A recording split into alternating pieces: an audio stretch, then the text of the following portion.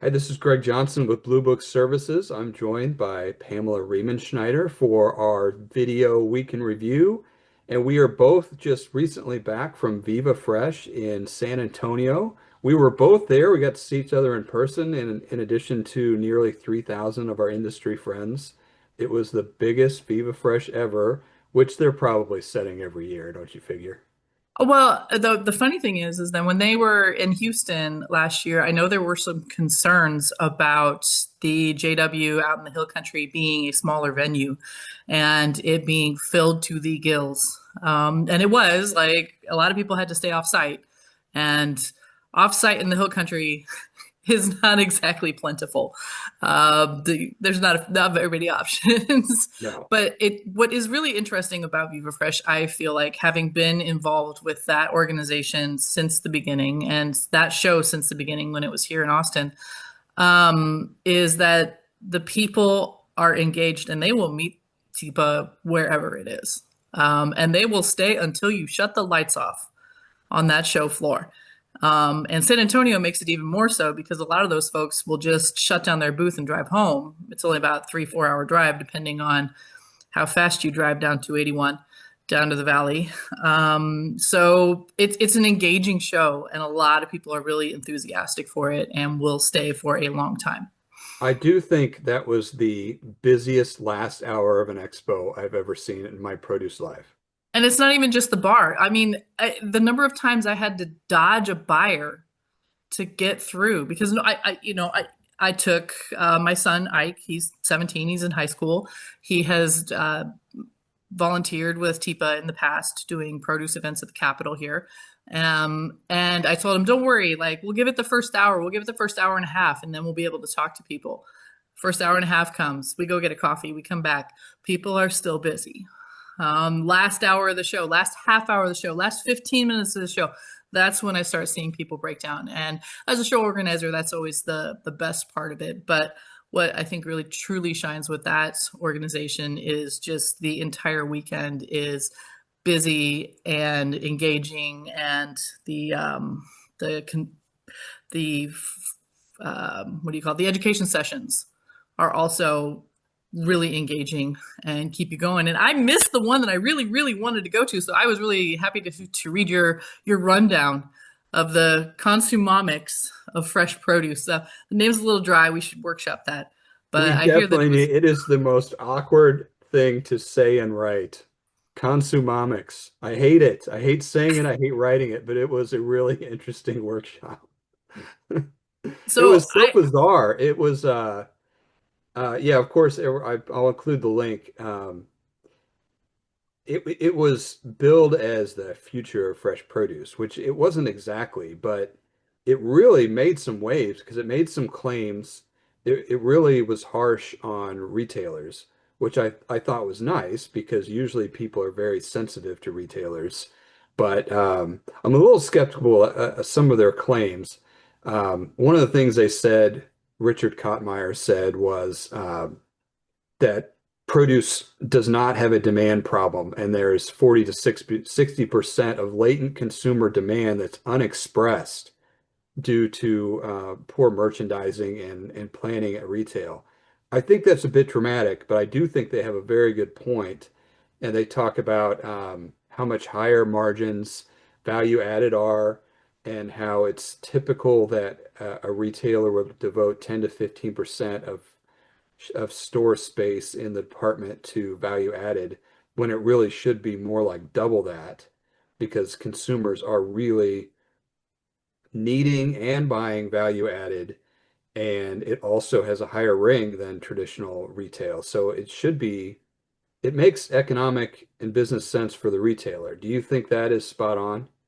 I do think that's spot on. And there was something else that he said that I thought was really something that if you want to pay attention to the best retailers, you need to pay attention to those three things. And it's the exposure, and what was it? The exposure, and then trying to find it. I read it earlier and I was like, that's exactly it.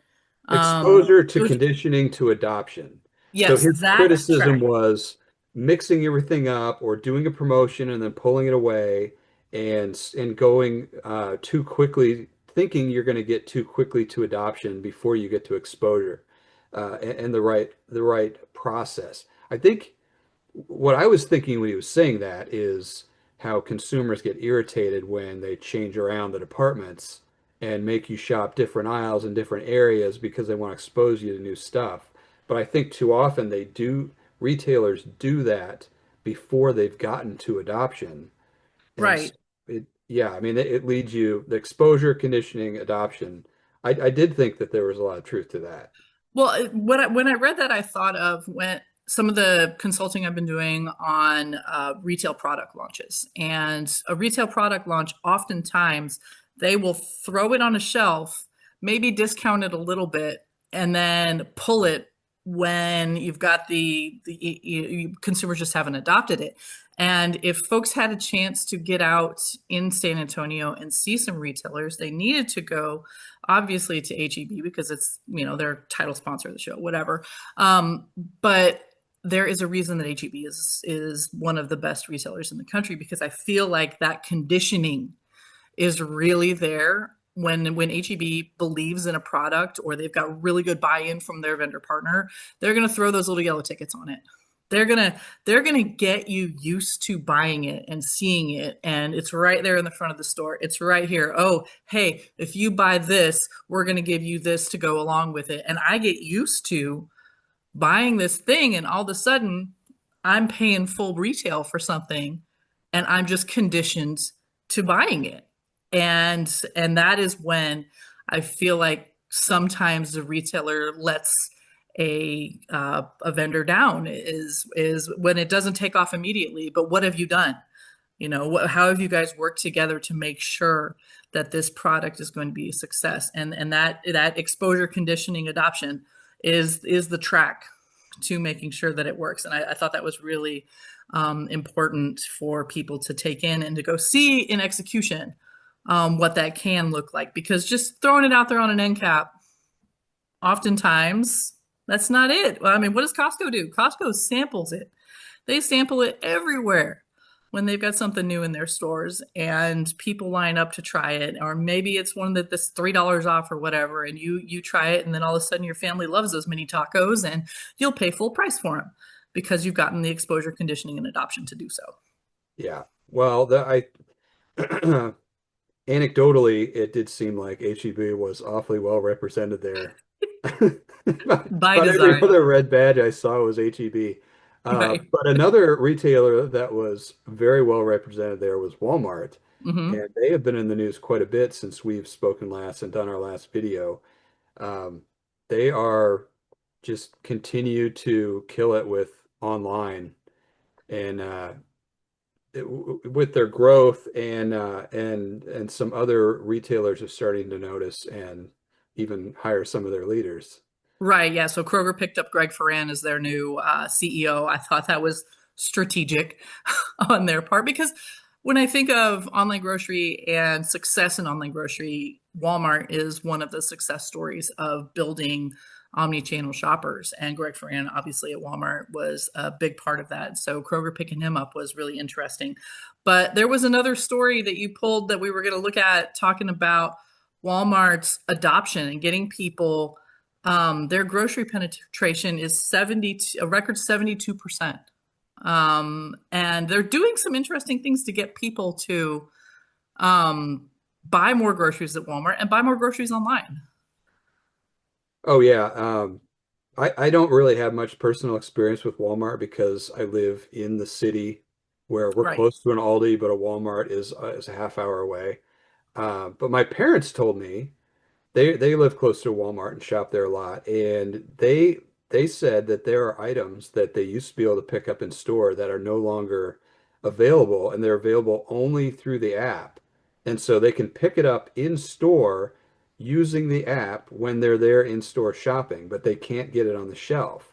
And when they told me that, it made me think, okay, I see what's going on. Walmart is forcing especially boomer generation shoppers to Right. use the app, even though they may not have wanted to, and they're not doing it for home delivery, but they're forcing them to use the app to get used to the app, to get used to online shopping.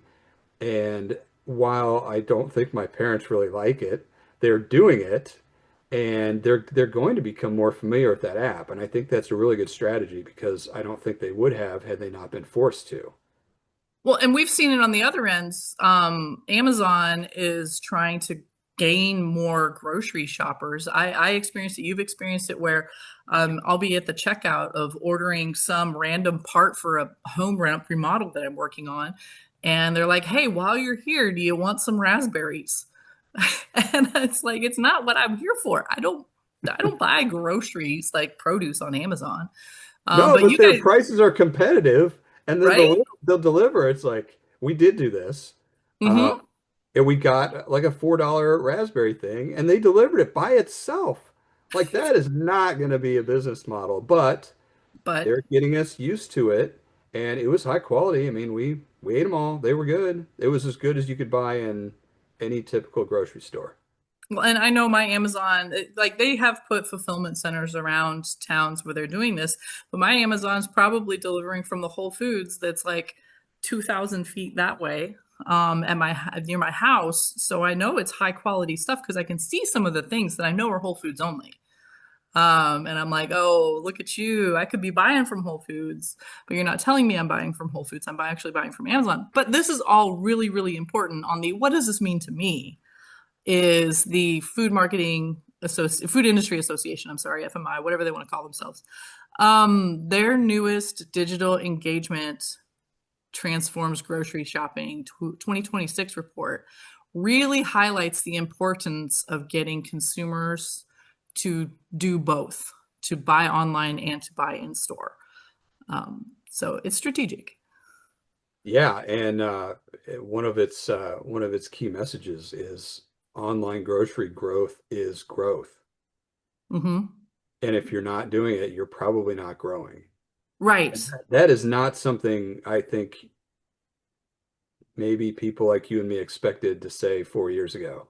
No, not at all. I mean, pre-pandemic, online grocery was a nice to have. It was something that I feel like, there are a certain number of people who are just going to do it because they like it, because maybe they like the technology, maybe they feel like they are too busy to go to the grocery store.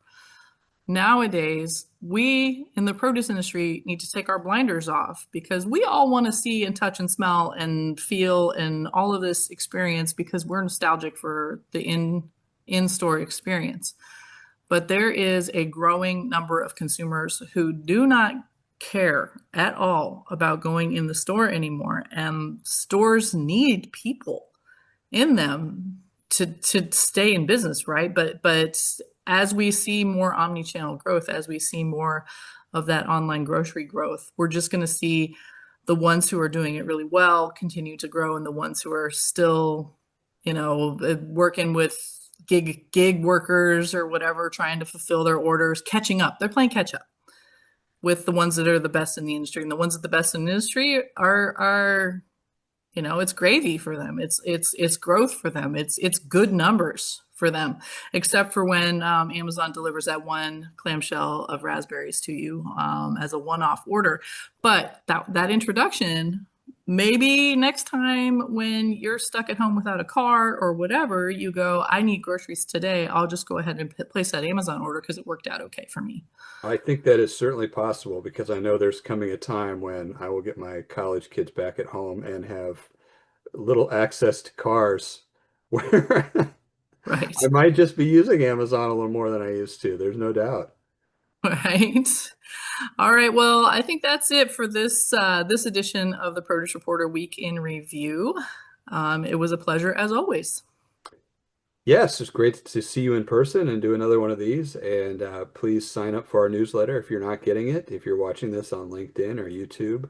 And as far as Consumomics goes, I have a link to their 100-page white paper, if that's the kind of thing you're I into. actually, yeah, that is on my reading list along with all this other stuff here.